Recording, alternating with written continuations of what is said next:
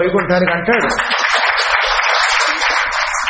అలా వైకుంఠానికి వెళ్ళాలని కోరిక ఉన్నవాడు మాత్రం నారాయణ స్మరణ చేయండి. ఎందుకంటే వైకుంఠం మాకు నరకంలో పడి పుడుకుల్లో వేగాలనుందండి అనుకున్న వాళ్ళు కిందే కూర్చుని ఇంట్లో కూర్చుని వణుక్కుంటూ ఏదో పుణుకులు వేసుకుంటూ చెడుకులు మొగుడు పిల్లలు మాట్లాడుకుంటూ చివరికి బెణుక్కుంటూ గొణుక్కుంటూ ఆ తర్వాత తొడుక్కుంటూ భూమి మీద మళ్ళీ కొడతారు. అంటే ఏం చేస్తాం మరి?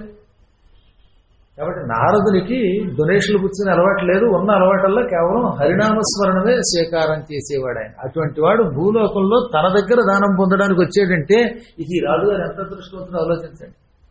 ఇప్పుడు ఆలోచించండి, మహాత్ములకి మీరు తెలుసో తెలియకో ఇంత ఇస్తున్నారంటే అది సామాన్యం కాదు. ఒక్క వంకాయ కూరతో అన్నం పెట్టినంత మాత్రం చేత వ్యాసునికి సురాష్ట్రుడు అని పేరు కలిగిన వాడు 10,000 సంవత్సరాలు స్వర్గానికి వెళ్ళాడు. కేవలం ఒక్క కూరతో అన్నం పెడితే వ్యాసుడికి. అగస్త్యునికి ఒక క్యాబేజీయో లేకపోతే ఏదో అలా మొత్తం ఒక ఆకుకూరతో పెట్టాడు. మా దగ్గర క్యాబేజీ గుర్తొస్తుంది ఈ మధ్యన. ఎక్కడ చూసినా బదారంగా క్యాబేజీలు కనబడి ఏదో కూరగాయతో అగస్త్యునికి అంత అన్నం పెట్టినంత మాత్రం చేత పులోముడు అని పేరు కలిగినటువంటి ఒక రాక్షసుడు కూడా శాశ్వతంగా స్వర్గానికి వెళ్ళాట. కాబట్టి ఇంత అన్నం, ఒక కూర, ఒక వస్త్రం ఇచ్చినంత మాత్రం చేతనే తరిస్తే నిరంతరం నారదుడు లాంటి వాడికి నారాయణ స్మరణ చేసేవాడికి భూదానం చేస్తే అది ఎంత పుణ్యం అండి. కాబట్టి చాలా గొప్ప పుణ్యం, సందేహం లేకుండా. అందుకే ఆయన ఆనందపడి శ్లోకమునకు అర్థం చెప్పండి అన్నాడు. ఇప్పుడు చెబుతున్నాను మీకు. ద్విహేతు అంటే దానమునకు హేతువులు కారణములు 2. ఆ కారణములు ఏమిటి? దానహేతువులు 1 శ్రద్ధ, 2 శక్తి. ముందు నీకు శ్రద్ధ ఉండాలి దానం చేయాలని, అది మొదటి హేతువట. దానం చేయాలంటే ఉండవలసింది ఏమిటి? మొదటిది శ్రద్ధ. శ్రద్ధ లేకుండా దానం చేయకూడదు. ఎవరికైనా దానం చేస్తున్నప్పుడు ఎంతో భక్తితో ఈ పుచ్చుకునేవాడు విష్ణువు, ఇచ్చేవాడు విష్ణువు అని ప్రేమగా పిలిచి అయ్యా కూర్చోండి తీసుకోండి అనాలట. దూరం ముష్టాడికి విసిరినట్టు విసరకూడదు, అది దానం కాదు. కాబట్టి దానములకు ముందు శ్రద్ధ ఉండాలిగా. నీకు ఎవరికైనా దానం చేయాలని కోరిక కలగడమే శ్రద్ధ అంటే. లేకపోతే శ్రద్ధ లేకపోతే కోరికే కలగదు. ఇంట్లో కూర్చొని హాయిగా అకౌంట్లో ఆర్డీలు కట్టుకుంటూ ఎఫ్డీలు వేసుకుంటూ చివరికి ఎఫ్డీలే ముదిరి వీడు వస్తాడు. కాబట్టి మొదటిది శ్రద్ధ. శ్రద్ధ ఉంటే దానం చేయగలమా? ఇందులో చాలా మందికి శ్రద్ధ ఉంది. అవసరమైతే 5 ఎకరాలు కొనైనా సరే ఎక్కడో ఒక చోట ప్రణవపీఠానికి ఇవ్వాలని ఉంది. కానీ శక్తి లేకపోతే దానం ఏం చేస్తాడండి? శక్తి లేకపోతే దానం చేయలేము. రెండవది హేతువుల్లో శక్తి. వాడి దగ్గర డబ్బు కూడా ఉండాలి. శక్తి ఉండి శ్రద్ధ ఉండదు, శ్రద్ధ ఉండి శక్తి ఉండదు. ఈ 2 ఉంటేనే దానం సక్సెస్ అవుతుంది, విజయవంతం అవుతుంది. ఇప్పుడు ఇక్కడ అదే సమస్య. ఈ కూర్చున్న వాళ్ళలో చాలా మందికి శ్రద్ధ ఉన్నది, సందేహం లేకుండా. పాపం శక్తి లేదు. వాళ్ళు ఏదో 500, 1000 అంతకంటే భగవంతుడికి ఆలయానికో మంచి కార్యక్రమానికో చేయలేరు. వాళ్ళకి అవసరమైతే అయోధ్యలో ఆలయం అంతా కట్టించాలన్నది కోరిక ఉంది, కానీ కోట్లు లేవు పాపం. ఎందుకని? వాళ్లే బెంగళూరు నుంచి ఇక్కడికి ఫ్లైట్లో రావడానికే డబ్బులు వెతుక్కుంటూ ఉంటే శ్రద్ధ ఉన్నప్పటికీ శక్తి లేకపోతే ఇంకేం దానం చేయగలుగుతారు? కాబట్టి శ్రద్ధ, శక్తి దాన హేతువులు. శ్రద్ధ స్వర్గశ్చ మోక్షశ్చ శ్రద్ధ సర్వమిదం జగత్తు. శ్రద్ధ ఉందే అంటే దానం చెయ్యాలి అని దాని మీద బలమైన కోరిక, అదే స్వర్గం ఇస్తుంది, అదే మోక్షం ఇస్తుంది. ఈ జగత్తుని నడుపుతున్నది దానం మీద ఉన్న శ్రద్ధ. ఇక రెండవది శక్తి అన్నాడే, దాని గొప్పతనం కూడా చెప్పాడు. శక్తి లేకపోతే ఎక్కువ దానం చేయకూడదట. శక్తికి మించిన దానం ప్రమాదం అన్నాడే. శక్తిని అనుసరించి చేసే దానం తియ్యని తేనె, శక్తికి మించి చేసిన దానం విషం. అనగా ఒక 1000 రూపాయలు చేయగలడు వాడు, కానీ అప్పు చేసి 2000 దానం చేశాడు అనుకోండి. అప్పుడు ఆ దానం చేసాక ఇంటికి వెళ్ళక ఆనందం ఉంటుందా? అది విషం అయిపోతుంది. అదే 1000 రూపాయలు ఉండి ఒక 500 దానం చేస్తే అమ్మాయి ఒక 500 మిగిలిన ఆనందంతో 500 మహాత్ముడికి ఇచ్చాను అనే ఆనందం కలుగుతుంది. అప్పుడు అది తియ్యని తేనె అవుతుంది. కుటుంబ భుక్త భరణాత్ దేయం యత్ అతిరిచ్యతే మధుస్వాదో విషం పశ్చాత్ దాతు ధర్మోన్యథా భవేత్ అని చెప్పాడు నారదుడే. తన కుటుంబమును పోషించుకోవడానికంటే కావలసిన ధనం కొంత ఉంచుకోవాలి. తన కుటుంబాన్ని పోషించుకోవడానికి కొంత డబ్బు అట్టే పెట్టుకోవాలి. అంటే ఒక ఆయనకి 10,000 జీతం వస్తే అందులో ఒక 5,000, 6,000 కుటుంబ పోషణ కట్టే పెట్టుకుని ఆ మిగిలిన దాంట్లో కొంతేమో భవిష్యత్తుకు దాచుకుని మిగిలిన దాంట్లో కొంత దానం చేస్తే అది తేనె వంటిది. అనగా 10,000లో 2,000 కంటే ఎక్కువ దానం చేయొద్దు బొమ్మని చెప్పేశాడు. నీ ఆదాయాన్ని అనుసరించి దానం చెయ్యి, నీ కుటుంబాన్ని పోషించు, కొంత భవిష్యత్తుకి దాచు, మిగిలింది దానం చెయ్యి. అప్పుడు అది మధుస్వాద, తేనె తాగడం వంటిది. కుటుంబాన్ని పోషించక, పెళ్ళానికి చెప్పక, ఏదో మద్రాసులో ఒకతుంది, ఇంకోతోటి ఎవరో సన్యాసి నుండి అని మొత్తం జీతం అంతా ఆన్లైన్లో వేసేస్తే కుటుంబం అంతా నాశనమై ఏడుస్తూ ఉంటే, అప్పుడు నీ కుటుంబం ఇతరుల మీద ఆధారపడితే ఆ దానము విషం పశ్చాత్, ముందు ఇచ్చినట్టు ఉండదు, తర్వాత అది విషం అవుతుంది నీకు. ఈ దృష్టిలో పెట్టుకోండి. కాబట్టి మీ దగ్గర ఉన్నాయి 1,00,00,000 రూపాయలను మొత్తం 1,00,00,000 దానం చేయకండి, ఇది కలియుగం కనుక. ఈ 1,00,00,000లో ఒక 75 లక్షలు మీరు అట్టే పెట్టుకుని ఒక 25 లక్షలు మాత్రమే గురువు గారికి ఇచ్చేయండి. ఆ తర్వాత మిగతా దాచుకోండి. అంతేగాని మొత్తం పట్టుకొచ్చి 1,00,00,000 చెక్కిస్తే ఆ తర్వాత 1,00,00,000 పోయి నెత్తి ఓటి మిగులుతుంది, అది విషంలా తయారవుతుంది. అలాంటి ధర్మం అన్యథా భవతి, అది మంచి దానం కాదని చెప్పాడు నారదుడు. ఇది తెలుసుకుని చెయ్యాలి. దానం చేసేవాళ్ళు వెనక ముందు చూడకుండా, భవిష్యత్తును ఆలోచించకుండా అప్పులు చేసి చెయ్యొద్దు. నేను చాలాసార్లు చెప్పాను, అది తూచా తప్పకుండా పాటించండి. మీరు ఏడుస్తూ అప్పులు చేసి రేపు పొద్దున మీ కుటుంబం ఎలాగా అనుకుని ఇతరులకు దానం చేస్తే ఈ దానం వల్ల వాడే సుఖపడతాడండి. మీరు ఆనందంగా ఉండాలి. తాతగారి దగ్గర 2 కార్లు ఉంటే ఒక కారు దానం చేస్తే అర్థం ఉంది. ఉన్న మా తాతగారి గారు ఎవరికో దానం చేస్తే రేపు పొద్దున ఈ తాత ఏమవుతాడు?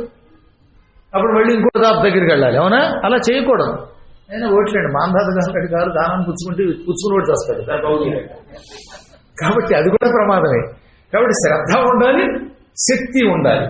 ఈ 2 కూడా దానమునకు 2 హేతువులు. అక్కడికి ద్విహేతు అర్థం తెలిసింది కదా. షడధిష్టానం, దానమునకు 6 అధిష్టానములు ఉన్నాయి. అంటే దానమునకు కూడా కొన్ని లక్షణాలు ఉంటాయి, వాటిని అధిష్టానాలు అంటారు. అది 1 ధర్మము, 2 అర్థము, 3 కామము, 4 వ్రేడ, 5 హర్షం, 6 భయం. దానం చెయ్యాలంటే ముందు నీవు ధర్మాత్ముడు అయి ఉండాలి. ధర్మము లేని దానం పనికిరాదు. అమ్మవారి గుడి పడగొట్టేసి ఆ స్థలాన్ని ఎవడికి అమ్మేసి ఆ వచ్చిన లాభంలో ₹1 దానం చేస్తానంటే అమ్మవారు ఒప్పుకుంటుందా? అది అధర్మదానమేనా కదా? ప్రజలందరినీ మోసం చేసి డబ్బులు అగేసి ఆ డబ్బులన్నీ పోగు చేసుకుని ఈ పాప ప్రాయశ్చిత్తానికి ఎవడికో ₹10 ఇస్తే దానం అవుతుందా? కాబట్టి ధర్మం ఉండాలి దానానికి, అది అధిష్టానం. 2వది అర్థం ఉండాలి. ధర్మం ఉన్నా దానం చేయడానికి అర్థం లేకపోతే కూడా దాని వల్ల కూడా దానం సక్రమంగా సాగదు. 3వది దానం చేసేవాడికి ఏదో కోరిక ఉండాలి, ముక్తి అయినా కోరిక ఉండాలట. ఈ కోరిక మంచి కోరిక అయి ఉండాలి. 4వది విరేడ, దానం చేసేటప్పుడు సిగ్గుపడుతూ దానం చేయాలటండి. కొంతమంది ₹1,00,00,000 ఇస్తూ కూడా ఇంతకంటే ఇవ్వలేకపోతున్నామండి సిగ్గుపడుతాం అంటారు. కొంతమంది ఆయన కొట్టి చిరిగిపోయిన ₹10 నోట్, అంటించిన నోట్ అనమాట, దాన్ని పట్టుకొస్తాడనమాట. చూసారా, ₹10 అని అక్కడ వేస్తాడు. అది దానం కాదట. ఎంత దానం ఇచ్చినా అయ్యో ఎంతకంటే ఇవ్వలేకపోతున్నామండి అనాలి. కొంతమంది నిజంగానండి షడ్రసోపేతమైన భోజనాలు పెడతారు, అద్భుతమైన భోజనం పెడతారు, పెట్టి ఎంతకంటే పెట్టలేకపోతున్నాం అనేవారట. శ్రీకృష్ణదేవరాయల వారు ఆముక్తమాల్యదలో ఓ అద్భుతమైన భజన రాశారు. ఆ నిష్ఠానిధిగేహసీమ నడురేయాలిల్చినంబ్రోయు ఎంతే నాగేంద్రశయాను పుణ్య కథలున్ దివ్య ప్రబంధానుసంధానధ్వానము నాస్తి శాఖ బహుత నాస్త్యుష్ణత నాస్త్యపూపో నాస్త్యోదన సౌష్ఠవంచ కృపయా భోక్తవ్యమన్ పల్కులు. అన్నీ పక్కన పెట్టండి, చివరిదే తీసుకుందాం మనం. మొత్తం పద్యం అంతా ఇప్పుడు మీకు ఎందుకు? రాయల వారు రాసిన రాయల పద్యం అని. ఓ మహానుభావుడు ఉన్నాడు. ఆయన ఇంట్లో అర్ధరాత్రి పూట కూడా 12 గంటలకు వెళ్ళినా సరే ఇలా వినపడతాయట. అయ్యల్లారా రండి భోజనం చేయండి, ఏమనుకోకండి, ఇవాళ ఎక్కువగా కూరలు లేవు, ఎక్కువగా నాస్తి శాఖ బహుత, ఏం చేయలేకపోయాం, 50 కంటే ఎక్కువ కూరలు వండలేకపోయాం, ఎక్కువ కూరలు లేవుట, ఇంతకంటే ఏం చేయలేకపోతున్నాం, సిగ్గుపడుతున్నాను మీకు పెడుతూ పెడుతూ. 1 ఎక్కువ కూరలు లేవు, 2 నాస్త్యుష్ణత, ఎక్కువ వేడి లేదు. నిజంగా వేడివేడిగా వండి వడ్డిస్తున్నాడు ఆయన, అయినప్పటికీ ఎక్కువ వేడి లేవు, కొంచెం చల్లబడి ఉన్నాయేమో, ఏమనుకోకండి. నాస్త్యపూపో, పిండి వంటలు కూడా ఎక్కువ చేయించలేకపోయాను, ఇది లడ్డూలు, పులిహార, దద్దోజనం, బూంది ఇన్ని చేసి ఎక్కువ పిండి వంటలు చేయలేకపోయాను. ఆహార పదార్థాలు కూడా ఎక్కువ రుచిగా లేవు. నాస్త్యోదన సౌష్ఠవంచ, మంచి రుచి కలిగిన గొప్ప గొప్ప పదార్థాలు చేయించలేకపోయాను. ఉన్నవాటితో కడుపు నింపుకోండి, సంతృప్తి పడండి అని అర్ధరాత్రి అనేవాట. ఆ పూట కూడా అసలు ఎటువంటి మహాత్ములండి వాళ్ళు. ఇంత అన్నం ఎవడన్నా రాత్రిపూట పెడతాడో? రాత్రి 12ంటికి పెడితే అర్ధరాత్రి వచ్చి పడదాం, పొద్దున చూద్దాం అంటారు. అటువంటిది 12ంటికి వండి పెడుతూ కూడా ఎక్కువ కూరలు లేవు, వేడిగా లేదు, రుచి లేదేమో, చల్లారిపోయేమో, ఉన్నంతలో సర్దుకోండి అని వినయంగా పెట్టేవట. అది దానం అంటే. కాబట్టి దానం చేసేటప్పుడు సిగ్గుపడుతూ దానం చేయాలి. జీతం 10,000 ఇస్తున్నప్పుడు అవతలవాడికి ఇంతకంటే ఇవ్వలేకపోతాను ఏమనుకోకరా బాబు అనాలట.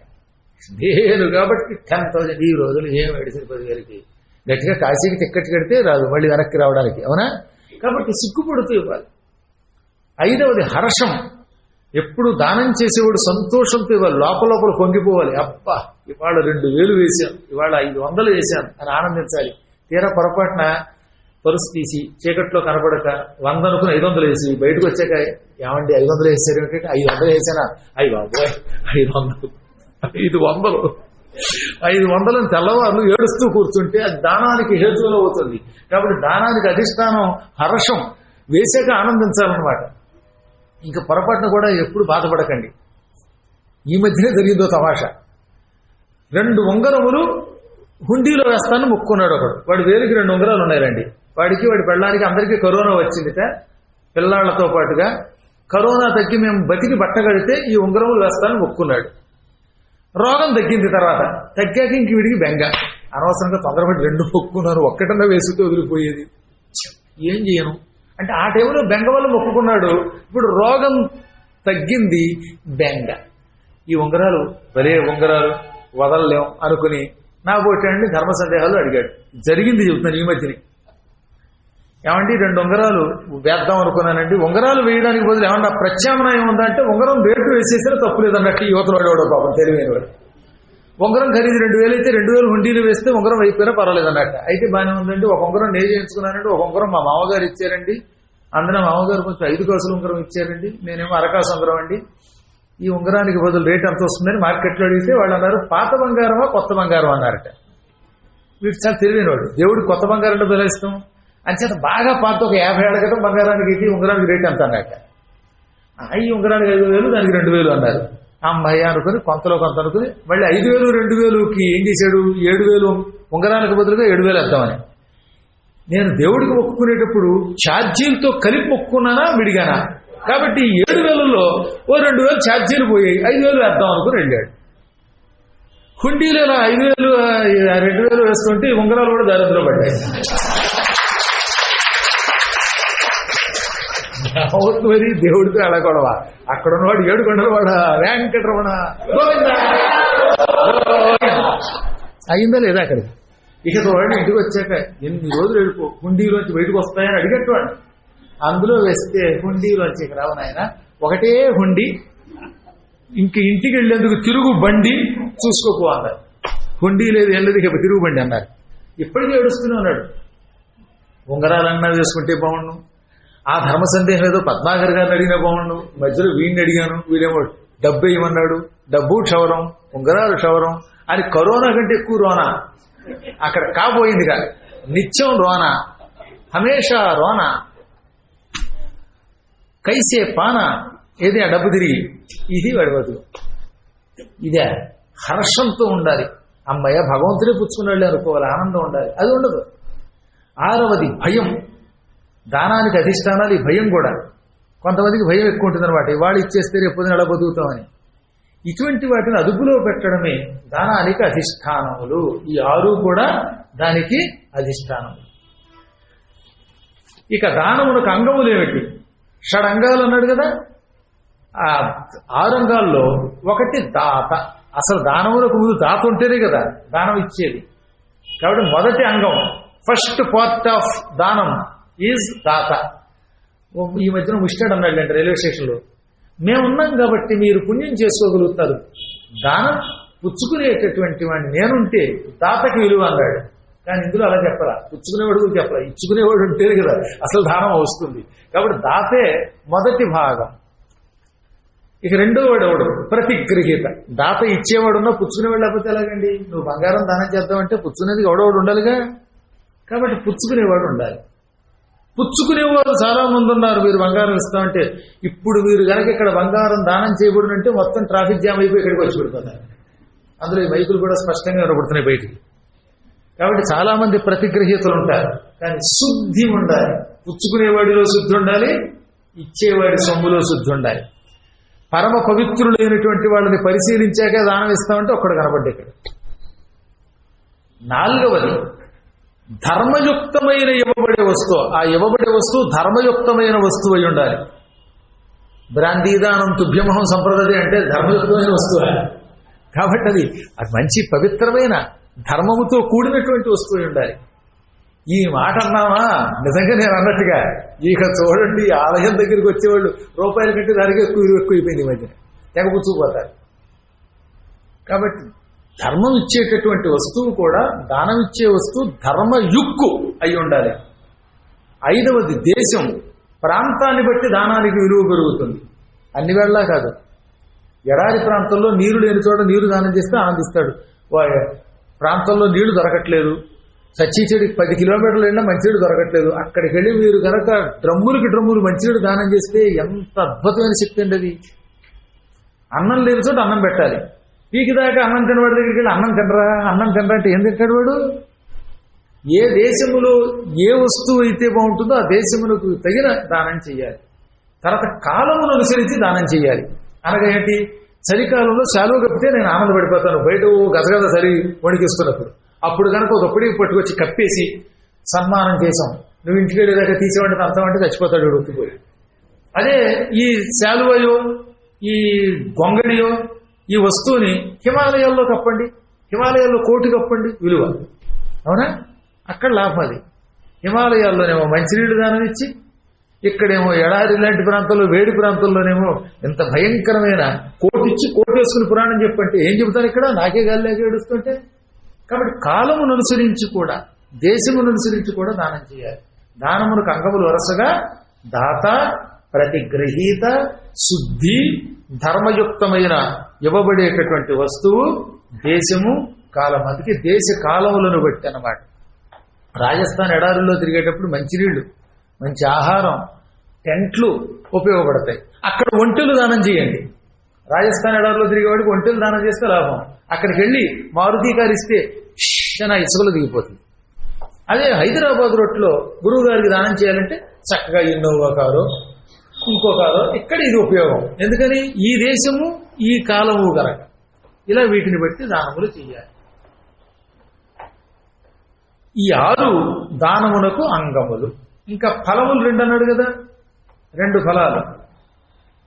ఆ 2 ఫలాలు, ఒకటి పరలోకం, ఒకటి ఇహలోకం. దానం చేయటం వల్ల అయితే పరలోక ఫలం వస్తుంది, లేదా ఇహలోక సౌఖ్యాలు వస్తాయి. ఈ 2 ఫలాలు దానానికి. కొన్ని దానముల వల్ల ఈ లోకంలో సుఖపడతాం, కొన్ని దానముల వల్ల పైలోకానికి వెడతాం. ఇదనమాట దానము యొక్క ఫలం అంటే. అందులో ఈ దాన ఫలాలు పొందడానికి కూడా యహలోక సౌఖ్యాల కోసం కొన్ని వస్తువులు దానం చేయాలి. సామాన్య వస్తువులు దానం చేస్తే యహలోకంలో సుఖం పొందుతాం. చెప్పులు, గొడుగులు, ఇటువంటి వాటి వల్ల అనుకున్నటువంటి కొన్ని వస్తువులు పొందగలుగుతాం. తెలుసో తెలియకో రోజు మహానుభావులకి యథాశక్తిగా అన్నదానమునకు సంబంధించినవి, జలదానమునకు సంబంధించిన వస్తువులు ఇస్తే కొంతకాలానికి వాడు స్వగృహం పొందుతాట. అందుకే పూర్వంలో ఆశ్రమాలకి అన్నదానానికి ఇంత డొనేషన్ కట్టేవారు. అలా కట్టిన వాళ్ళు అంతో ఎంతో శుభ్రంగా మంచి ఇల్లు కొనుక్కోగలుగుతారు. కాబట్టి యహలోక సౌఖ్యాలు వస్తాయి దానం వల్ల. ఇక కొన్ని దానములు శాశ్వతంగా పరలోకం ఇస్తాయి. ఇంకా దాన ప్రకారాలు 4 అన్నారుగా. ఆ 4 ఏమిటి? దానము యొక్క విధానములు, దాన ప్రకారములు లేక దాన విధానములు ఏమన్నారు? 4 అన్నారు. ఆ 4లో 1 ధ్రువం, 2 త్రికం, 3 కామ్యం, 4 నైమిత్తికం. ధ్రువం అంటే ఏమిటి? త్రికం అంటే ఏమిటి? కామ్యం అంటే ఏమిటి? నైమిత్తికం అంటే ఏంటి? 4 ప్రకారాలు ఊరికే పేర్లు చెప్తే కదా వాటి అర్థం తెలియాలిగా. కోపారామ తడాకాది సర్వకామ ఫలం ధ్రువం. నూతులు తవ్వించుట, చెరువులు తవ్వించుట, తోటలు నాటించుట, వీటిని దానము చేయుట. ఈ దానమును ధ్రువము అంటారు. అందుకే పూర్వకాలంలో ధ్రువము అన్నారు. భూమి మీద ఒక నుయ్యి తవ్వించాడంటే వాడి కీర్తి శాశ్వతంగా ఉండిపోతుందా లేదా? అక్కడ ఉంటుంది చూడండి, ఫలానా వారి సౌజన్యంతో నుయ్యి తవ్వబడినది, ఫలానా వారి సౌజన్యంతో బోరు వేయబడినది. నుయ్యి అంటే కేవలం ఇప్పుడు తవ్వక్కర్లా, బోరు బాగు కూడా బోరు వేసామంటే చాలు, అది ధ్రువం. కాబట్టి వీటిని ధ్రువములు అంటారు. పార్కులు కట్టించడం ఇవన్నీ కూడా ధ్రువములు. చెరువులు తవ్వించడం, పూడికలు తీయించటం, ఈ దానమునకు ధ్రువము అని పేరు. తదాహు త్రికమిత్యేవ దీయతే యద్దినే దినే. ఇంకా త్రికం అంటే ఏమిటి? ప్రతిదినము చేసే నిత్యదానం ఉంటుంది కదా. రోజు కొంతమంది గుళ్ళోకి వెడతారు, ఏదో కొంత డబ్బులు వేస్తారు, పురాణం వింటారు, పళ్ళెల్లో కొంత వేస్తారు, లేదా ఎక్కడికైనా మహాత్ములు ఇళ్ళకి కడతారు, వాళ్ళకి ఎంతో కొంత దానం ఇస్తారు. దీన్ని నిత్యదానం అంటారు. నిత్యం తన శక్తిని అనుసరించి ఎంతో కొంత చేసే దానము త్రికము అని పిలువబడుతుంది. ఈ దానం వల్లే వచ్చే జన్మలో నారదుడంతటి పాండిత్యం వస్తుంది. ఈ నిత్యదానం వల్ల. ఇంకా మూడవది దానం పేరు కామ్యం. ధ్రువం అంటే ఏంటో చెప్పాను. కోపారామ తటాకాదులన్నీ ధ్రువము. ఈ నిత్యం ఎంతో కొంత చేసే దానం త్రికం. ఇక కామ్యం అంటే ఏమిటి? అపత్య విజయైశ్వర్య స్త్రీ బాలార్థే చ దీయతే ఇచ్ఛా సంస్థంచయద్దానం కామ్యమిత్యభిధీయతే.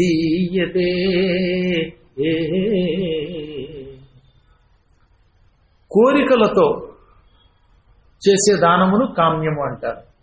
ఏమేం కోరికలో చెప్పాడు. అపత్య, నాకు సంతానము కావాలి, ఈ సంతానమునకు ఏం చెయ్యాలి? వెన్న, నెయ్యి మొదలైనవి గాని, లేక వాహనములు గాని, మహాత్ములైన వాళ్ళకి, ఉత్తములకి, పండితులకి రోజు దానం చేసుకుంటే, ఎంతో కొంత దానం చేసుకుంటే సంతానం కలుగుతుంది. కాబట్టి వీడు దేనికి దానం చేశాడు? సంతానం కోసం. లేదా సంతానం బాగుండడం కోసం. పుట్టారు పిల్లలు, కానీ పిల్లలు పాడైపోతున్నారు, వాళ్ళకి సరిగ్గా మాటలు రావడం లేదు, ఆరోగ్యం బాగాలేదు, చదవడం లేదు, అల్లరి చేస్తున్నారు, గందరగోళంగా ఉన్నారు. ఈ పిల్లలు బాగుపడడం కోసం చేసే దానము కూడా కామ్యమని పిలువబడుతుంది. ఏ పని మీదన్నా పెడుతుంటే కొంతమందికి అన్ని పనులు అడ్డాలే. ఇల్లు కట్టుకుందాం కుదరదు, పెళ్ళి అవ్వదు కుదరదు, అది కిళ్ళి కొనుక్కోవడానికి కూడా కిళ్ళిసేపోడు వీడు వెళ్ళగానే మూసేస్తాడు. అప్పటిదాకా కిళ్ళి అమ్మేవాడు వీడు వెళ్ళగానే వీడి పాదం పెట్టగానే మోస్తాడు. అంటే వీడి బతుక్కి ఎక్కడికి వెళ్ళినా అపజయమే. అలాంటి వాళ్ళు విజయం పొందడం కోసం చేసే దానం ఒకటి ఉన్నది. అటువంటి దానమును కామ్యము అంటారు. ఐశ్వర్యము కోరుకొని చేసే దానము. ఐశ్వర్యం అంటే అధికారం. అధికారం కావాలంటే కొన్ని దానాలు చెప్పారండి. ఆ దానములు చేస్తే ఐశ్వర్యం వచ్చి తీరుతుంది. అది కూడా కామ్యం. ఆడవాళ్ళకి పసుపు కుంకాల నిమిత్తం ఇస్తారు కదా, అటువంటి దానం కూడా గొప్ప దానమే, అది కామ్యమే. లేదా ఆడవాళ్ళకి గాజులు, కొంతమంది బంగారం గొలుసులు కూడా ఇచ్చేవారు. కొంతమంది జీవితంలో గొలుసు ఉన్న వాళ్ళు చాలా మంది ఉన్నారు అనుకోండి, మాటే తప్ప. అలా గొలుసులు, గాజులు, పసుపు, కుంకుమ ఏదో ఒకటి స్త్రీల నిమిత్తం ఇచ్చేటటువంటి వాటిని కూడా కామ్యం అంటారు. పిల్లల కోసం ఇచ్చే డబ్బు కూడా కామ్యమే. పిల్లల దగ్గరికి వెళ్ళినప్పుడు వాళ్ళ కోసం పూర్వం లడ్డూలు, పుస్తకాలు ఇవి పట్టుకెళ్ళేవారు. చాక్లెట్లు దానం కష్టమా? పిల్లల పళ్ళు పాడు చేసి ఐస్ క్రీములు, చాక్లెట్లు దానం ఇవ్వడం ఉపయోగం లేదు. కానీ పిల్లలకి పరుగు వచ్చేటటువంటి వస్తువులు దానం చేస్తే అది కూడా కామ్యమే. పిల్లలు కట్టుకునే మంచి చెడ్డీలు, చిన్న చిన్న లాగులు, లేదా ఇప్పుడు పిల్లలు చెడ్డీలు వేసుకోవట్లేదండి, వాళ్ళు కూడా షార్ట్లు వేసుకుంటారు. ఏవో ప్యాంట్లో ఈ మధ్య రెడీమేడ్ పంచులు పిల్లల కోసం తయారు చేస్తారు, బుజ్జి బుజ్జి పంచులు అలాంటివి, లేదా పిల్లలకి చక్కని ఉంగరాలు, ఇలా పిల్లలకు పరుగొచ్చే వస్తువులు దానం చేయకముందే ఇది కూడా కామ్యం. ఇచ్ఛా సంస్థంచే దానం, తను అనుకున్న పనులు ఇవ్వడం కోసం కూడా దానాలు చేస్తే అది కూడా కామ్యం. ఇక నైమిత్తికం నాలుగవది. అక్కడికి ధ్రువం గురించి చెప్పాం, త్రికం అంటే చెప్పాం, కామ్యం చెప్పాం, ఆఖరిది నైమిత్తికం. అనగా హోమాదులు లేకుండా, హోమం లేకుండా నిత్యం ఏదో ఒక నిమిత్తాన్ని పెట్టుకుని దానం చేయటం. నిమిత్తము అంటే ఒక కారణమును వెతుక్కుని దానం చేయటం. ఏమంటే మా నాన్నగారు పోయిన తీకండి, ఈ సందర్భంగా మీకు ఈ స్వయం పాకం ఇస్తున్నాను. లేదా నా పుట్టినరోజు అండి, ఈ నిమిత్తముగా మీకు ఈ దానం చేస్తున్నాను.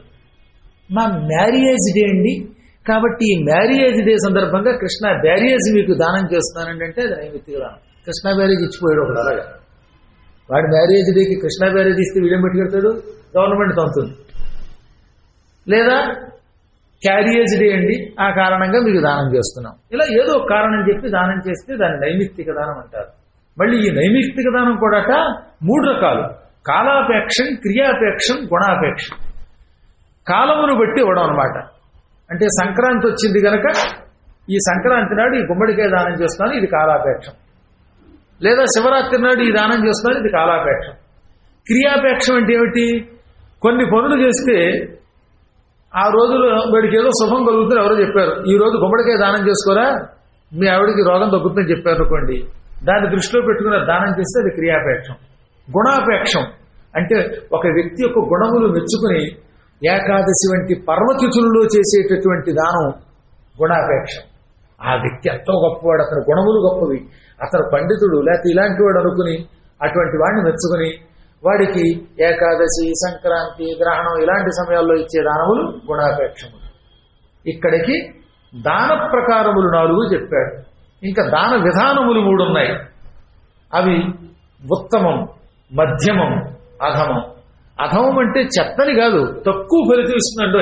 అధమం అంటే పరికిరాదం చేస్తామా? చాలా మందికి సంస్కృతం తెలియకపోవడం ఇదో సమస్య అవుతుంది. అధమం అంటే కొంచెం తక్కువ ఫలితం ఇచ్చినది, మధ్యమం అంటే దీనికంటే కొంచెం ఎక్కువ ఫలితం ఇచ్చినది, ఉత్తమం అంటే బాగా ఎక్కువ ఫలితం ఇచ్చేదా.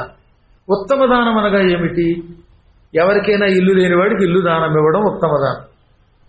ఆ ఇల్లు కంటే మంచి భవనం ఇచ్చాడు అనుకోండి, ఉప్పల్లో 500 గజాల స్థలంలో 5 అంతస్తుల బిల్డింగ్ భవనం దానం చేస్తే ఉత్తమ దానం అన్నమాట. బంజారా హిల్స్ లో, జూబిలీ హిల్స్ లో ఇలాంటి సెంటర్స్ లో ఇచ్చేటటువంటి భవనముల దానం కల్లోలండి. ఈ ఎవడిస్తారు? ఈ భూలోకంలో ఇచ్చేవాడు ఎంతమంది ఉంటారు కబుర్లే, కానీ మారుమూలు ఇద్దామని కూడా ఇవ్వకుండా ఎగ్గొట్టేవాడు చాలా మంది ఉంటారు. కాబట్టి అలాంటి చోట ఎవడన్నా భవనం ఇస్తే అది ఉత్తమ దానం. కాబట్టి ఇల్లు, భవనము, ఇంకా తర్వాత విద్య. విద్యాదానం కంటే గొప్పది ఉంది. వీటన్నిటికంటే విద్య ఇంకా గొప్పది. సరైన చదువు నేర్పించామా వాడు యావజ్జీవితం తన బతుకు తాను బతుకుతాడు. నువ్వు ఇల్లు ఇస్తే ఆ ఇల్లు మెయింటైన్ చేయడానికి కూడా డబ్బులు లేకపోతే ఉపయోగం ఉంది. కాబట్టి విద్యాదానం చాలా గొప్పదానం. ఆ తర్వాత భూదానం చాలా గొప్పది. ఎకరాలు, స్థలాలు ఇవన్నీ పూర్వం ఇచ్చేవారు. గోదానం, నూతిని తవ్వించి దానం ఇవ్వడం. లేదా ఒక ఇంట్లో ఒక నూతిని తవ్వించి వరే ఈ నూతిని తీసుకుని వాడుకోరా అన్నాం అనుకోండి, ఆ ఇంట్లో వాడు ఆనందపడతాడు నీళ్లతో. బోరుబావులు వేయడం, ఇవన్నీ ఉత్తమ దానాలు. వీటికంటే ఇంకా గొప్పది ప్రాణదానం. సత్యస్థితిలో ఉన్నోడికి ప్రాణదానం చేయడం చాలా అదృష్టం కదా. సువర్ణం కూడా, బంగారం దానం, ఇవి ఉత్తమ దానములు. ఇప్పుడు మళ్ళీ ఏమిటి ఉత్తమ దానం? ఇల్లు, భవనం, విద్య, భూమి, ఆవు, నుయ్యి, ప్రాణదానం, సువర్ణదానం మొండగునవి ఉత్తమ దానములు. మధ్యమ దానం అంటే అన్నదానం, తోట, వస్త్రాలు ఇవ్వడం, వాహనాలు ఇవ్వడం, ఇవి మధ్యమ దానములు అంట.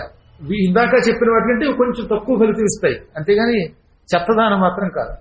ఎందుకని? భవనం కంటే అన్నదానం కొంచెం తక్కువ దానం కిందే లెక్క. తోట తక్కువే, వస్త్రాలు కూడా అంతే. అందరూ పరిగణలో కొట్లు పట్టుకొచ్చి అక్కడ వారేస్తే వాడు ఏం చేసుకుంటాడు. కాబట్టి ఇది మధ్యమ దానం. ఇవన్నీ వాహనాలు మొదలైన మధ్యమ దానములు. కానీ అందరూ మరి భవనాలు ఇవ్వలేరుగా. అటువంటి వాడు ఏదో మారుతి కారు సంతోషపడతాడు. ఇక అధమ దానం, ఈ పై 2 దానాలు చేసుకోలేని వాడు చెప్పులు, గొడుగు, రాగి పాత్ర, ఇత్తడి పాత్ర, పెరుగు, తేనె, ఆసనాలు, కూరగాయలు, దీపాలు, కట్టెలు, రాళ్ళు, వంట గ్యాసు ఇలాంటివి ఇస్తారే, ఇవి కొంచెం వాటికంటే తక్కువ అన్నమాట. 3వ కేటగిరీ. ఈ 3 రకాల దానములు సృష్టిలో ప్రసిద్ధికెక్కాయి. కాబట్టి దాన విధానాలు 3: ఉత్తమ, మధ్యమ, అధమములు. ఇక దాన నాశనం అవి కూడా చెప్పాడు. చిట్ట చివరిదనమాట. త్రినాశం దానముచ్యతే అన్నాడు ఇందాక. 3 నాశనాలు ఉన్నాయి దానానికి. అంటే దానం చేసినా నాశనం అయిపోతుంది ఆ ఫలితం. ఏమిటిది? పశ్చాత్తాపము, అపాత్రత, అశ్రద్ధ. పశ్చాత్తాపం అంటే ఏమిటి? ఇచ్చాక బాధపడ్డం. హై బాబు ఎందుకు ఇచ్చానరా దేవుడా, ఎందుకు ఇచ్చానరా, అనవసరంగా తొందరపడి ఇచ్చేశాను బావో అని ఇచ్చిన 100 రూపాయల కోసం 100 రోజులు ఏడిస్తే ఆ దానము పశ్చాత్తాపం అని పిలువబడుతుంది. దానివల్ల దాన ఫలితం అంతా పోయినట్టే. ఫలితం పోయి లేని ఫలితం వస్తుంది. దీనికి అసుర దానం అని పేరుంటో. ఇది అసుర దానం అంటే ఇచ్చిన తర్వాత ఉసూరు ఉసురని ఏడవడం అనమాట. కాబట్టి ఇచ్చాక పశ్చాత్తాపం పొందాలి కదా, పొందకూడదు. 2వది అశ్రద్ధ. శ్రద్ధ లేకుండా ఇవ్వడం. దానం ఇచ్చేటప్పుడు వినయంగా శ్రద్ధగా పుచ్చుకునేవాడు విష్ణువు అని ఇచ్చేవాడు విష్ణువు అనుకుని ప్రేమగా పెట్టాలి. ఇలా విసిరి తీసుకోవాలి అండం, చిల్లరలా ముష్టాడి పళ్ళల్లోకి విసరడం, ఇది రాక్షస దానం. కాబట్టి శ్రద్ధయాదేయం, అశ్రద్ధయా అదేయం అంటే అశ్రద్ధగా ఇవ్వక శ్రద్ధగా ఇచ్చేది ఎంత తక్కువైనా భక్తితో శ్రద్ధతో ఇయ్యి. ఇక మూడవది అపాత్రత అంటే తిట్టుకుంటూ ఇవ్వడం. ఇష్టం లేదు భార్య అమ్మంది, అందులో లోపల మనోడు వచ్చాడు అడిగాడు కృష్ణాలయానికి డొనేషన్ అడిగాడు తిట్టుకుంటే ఒక ఇచ్చేదేదో సంతోషంగా ఇయ్యి. లేదా పుచ్చుకునేవాడిని అసలు తిట్టకూడదు, తిట్టుకుంటూ ఇచ్చుట, పుచ్చుకునేవాడిని తిట్టుట, కోపంతో ఇచ్చుట, ఇది అపాత్రత అంటే. లేదా పనికి మాలిన వాడికి ఇచ్చుట, మంచివాడికి ఇవ్వాలి. తాగుబోతుకి తిరుగుబోతాడికి పాపాత్ముడికి ఇస్తే ఉపయోగం ఉంది. ఇవాడు ఎక్కువ చోట్ల అలాంటి వాడికి ఇవ్వడం మొదలెడతారు. ఇది పైశాచ్యం అని కూడా పిలువబడుతుంది. ఇది ఈ శ్లోకము యొక్క అర్థము అని నారదుల వారు వివరించారు. ఈ అద్భుతమైన విశేషాలన్నీ ఇప్పటిదాకా మీరు శ్రద్ధగా విన్నారు. స్వస్తి ప్రజాభ్య పరిపాలయంతాం న్యాయ్యేన మార్గేణ మహీం మహీషాః గోబ్రాహ్మణేభ్యః శుభమస్తు నిత్యం. లోకాః సమస్తాః సుఖినో భవంతు.